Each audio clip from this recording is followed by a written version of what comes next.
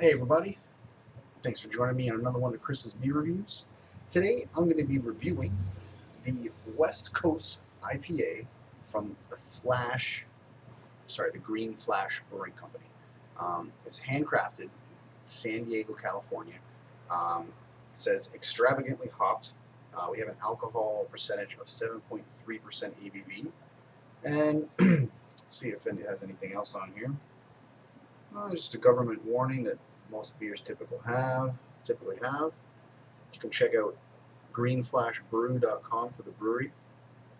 And yeah, people usually get IPAs and they have to decide whether they think it's a West Coast or whether they think it's an East Coast. This is right plain in your face. West Coast IPA. It's the first time I've seen that one. And right here, I don't know if you can see that makes it a flash there. All right, and then you got green. So green flash, and here is the flash right above. Bam! All right, people. Bam! More green flash. All right, so let's dip in here, people. It says that it's 12 FL ounces. So I'm going to tell you that this is probably a 500 milliliter bottle. Yeah, 500, maybe 550. Maybe 6. Let's give it a shot. I'm going to be drinking it out of my tulip glass because that is what I like to drink my IPAs in. And I'm going to be using a lighter to pop it open.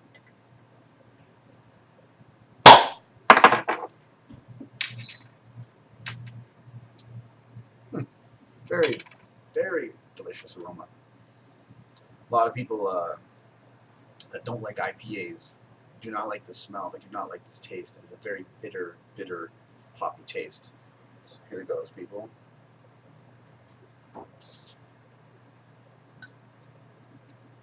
So as you can tell from that beautiful, gorgeous color, we got a non-filtered IPA here. We have a very orangey looking color. Another thing you got to realize with this beer too is that it's got loads of sediment in it. And it's funny because before I knew that, I was just drinking it back and I had no idea. It's one of those beers that you kind of have to pour. You either drink it with the sediment or you put it in your refrigerator for about half an hour to 45 minutes, and the sediment will just develop a thick crust at the bottom of the glass. So I'm going to be just drinking this with the sediment. It's got all the flavor there. We got a 3/4 finger head here. Very, very white head, which is something that I love to see with these colorful beers. I can't see myself or the camera or the monitor through this glass whatsoever, so it's incredibly non-filtered. I really wish you could see the sediment floating around though. Like there is a lot. Let's just put it this way: if you were to really be able to see what's going on here, there's sediment everywhere. Let's see if I can put it closer. I don't know if you can. Maybe you can see that sediment floating around. So sad. So sad. Oh well. What can we do? Darn, I really wish I could see that sediment. Oh well. Whatever, people. Yeah, wonderful, wonderful aroma. Very citrusy, very, what's the word that I love to use? Lost for words here, people. Less I talk, the less interested you're going to be, so I'm just going to carry on. Come on, what's the word? Whatever. I'm done with it. All right, so let's just dip right down in here.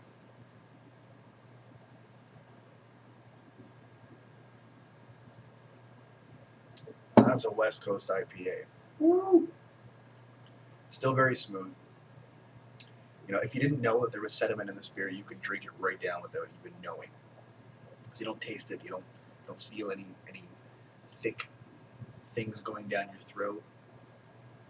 It's just there, and it looks freaking nasty, but it's there. And for those who might be thinking, well, how come? Maybe if you would have left a little bit at the bottom, you wouldn't get all the sediment. Well, people, come on, man, look how much I have left at the bottom. The sediment should be in here if that's the case. Point being is the sediment fills the entire bottle. So yeah, this is a hands down West Coast IPA. I'm loving that it's a 7.3% alcohol ABV because it manages to have a boozy taste without being too boozy, which is really hard to accomplish in beer, but a little bit more easy to accomplish in the IPAs. Now, the difference between the West Coast IPA and the East Coast IPA is the East Coast IPAs can almost sort of be a gateway, so to speak, into the IPA world. The West Coast IPAs, on the other hand, if you're not going to like the flavor, you are going to hate the West Coast IPA because that's exactly what it is. It's double the bitterness, double the hoppiness that you would normally be getting from the East Coast IPAs. So unless you're a big fan, you're not going to like it. I'm going to pour the rest in right now. I'm going to see if maybe some more sediment comes out. I'm sure there's going to be. I mean, I don't even know why I'm saying I'm going to see whether or not. It's all there. It's all there. And the sediment just grew. Honestly, I must tell you, it really does gross me out to be looking at the sediment in there. But if you don't think about it, you just drink the beer, it tastes like a fabulous West Coast IPA. Now, you can get this in a 4-pack. It's sold for about $12.95 for the 4-pack. Kind of worth it, in my eyes. That's the best I can put it, really. They sold off the shelves really fast, and from what I heard, we kind of, when we got these brews in the store, we were getting the old brews that nobody bought from other cities and other countries. So hopefully I get to try this when it's more of a fresh batch. Maybe there's not going to be nearly as much sediment inside. Only time will tell. So for a West Coast IPA, throwing aside the sediment, just talking about the flavor, I like that it's non-filtered. It helps me with that sediment. I mean, if it was a filtered beer and I had that much sediment inside, it would probably make me feel that much more disgusting with myself. Again, it's all a head battle. It's all mumbo jumbo up there. So I'm gonna be a wimp, and I'm gonna go and let this sit in the refrigerator for about another 30 to 45 minutes, so that I just get a nice thick layer of sediment at the bottom. And it's an IPA too. Feel free to throw it in the freezer until it gets to that point where it's just about to freeze. I mean, most common beers, you're not supposed to do that because it takes away from the flavor. But to me, if I'm drinking a West Coast IPA and I throw it in the freezer and I bring it out just before freezing temperature, it's also taking away from how much more bitter it is, as much as I love the taste. So that's the best sort of way I can put that to you there.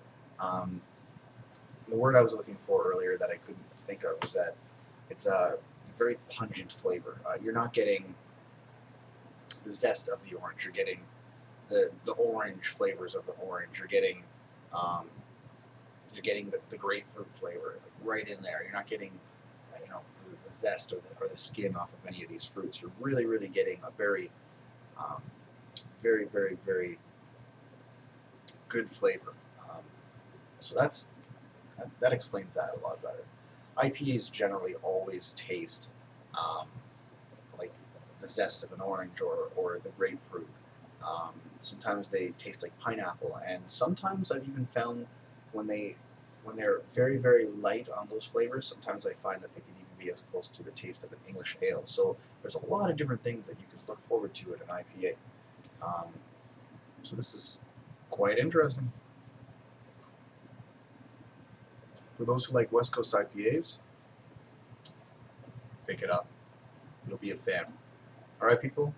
So I'm going to give it a nice rating out of 10. Probably just going to give it a 7.5 out of 10. Just a little bit above your standard rating. It's good, but it could be better. I almost wish that this was a filtered IPA. It's just something about it visually that is just creeping up on me, and it wants to deduct points from this rating system, but maybe an 8 out of 10. It's the best I can really give it at this point, people. So anyways, thanks for joining me on another one of Chris's beer reviews. Thanks for putting up with the 10-minute long video without cuts. Everybody's great. Thanks for all the fans out there. I love you all. You're all awesome. So, all right, you better have a good one because I'm gonna be. All right, cheers.